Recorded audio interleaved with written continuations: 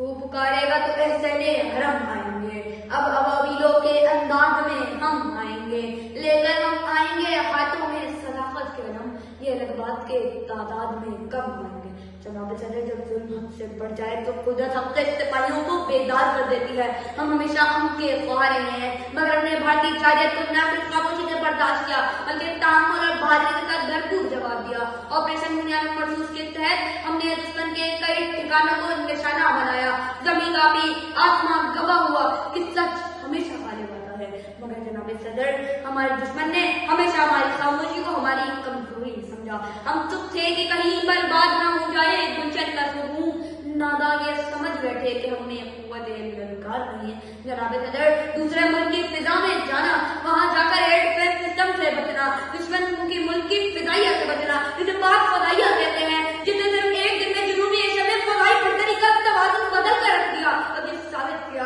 کہ دفاع تعداد سے نہیں، تحمل، جیدہ دلیری، بہادری اور ماہرانہ صلاحیت سے بھی کیا جاتا ہے۔ باطل سے دبنے والے یہ آسمان نہیں، ہم 100 بار کر چکا ہے تو امتحان ہمارا۔ جناب صدر،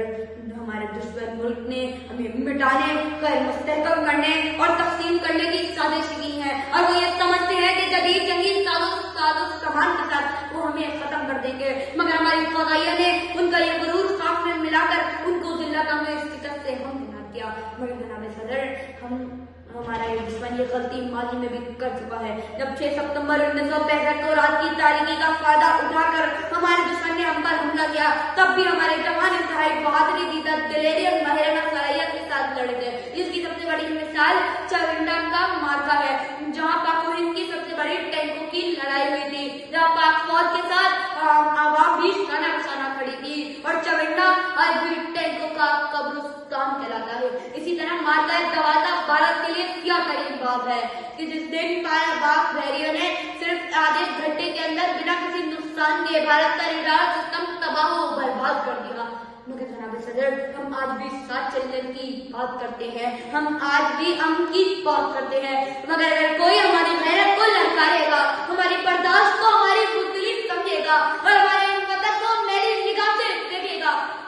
تو یہ بات سمجھ لینی چاہیے کہ جب ایک نعرہ تکبیر بلند ہوگا تو اس فوج کے ساتھ یہ عوام شانہ بشانہ کھڑی نظر آئے گی، کیونکہ یہ جنگ ہتھیاروں کی نہیں، یہ جنگ ہمارے ایمان کی بھی ہے، یہ جنگ ہماری غیرت کی بھی ہے، یہ جنگ ہماری آنے والی نسلوں کے تحفظ کے لیے بھی ہے۔ ہم چاہتے ہیں مگر ظلم کے خلاف، اگر جنگ لازمی ہے تو پھر جنگ ہی صحیح۔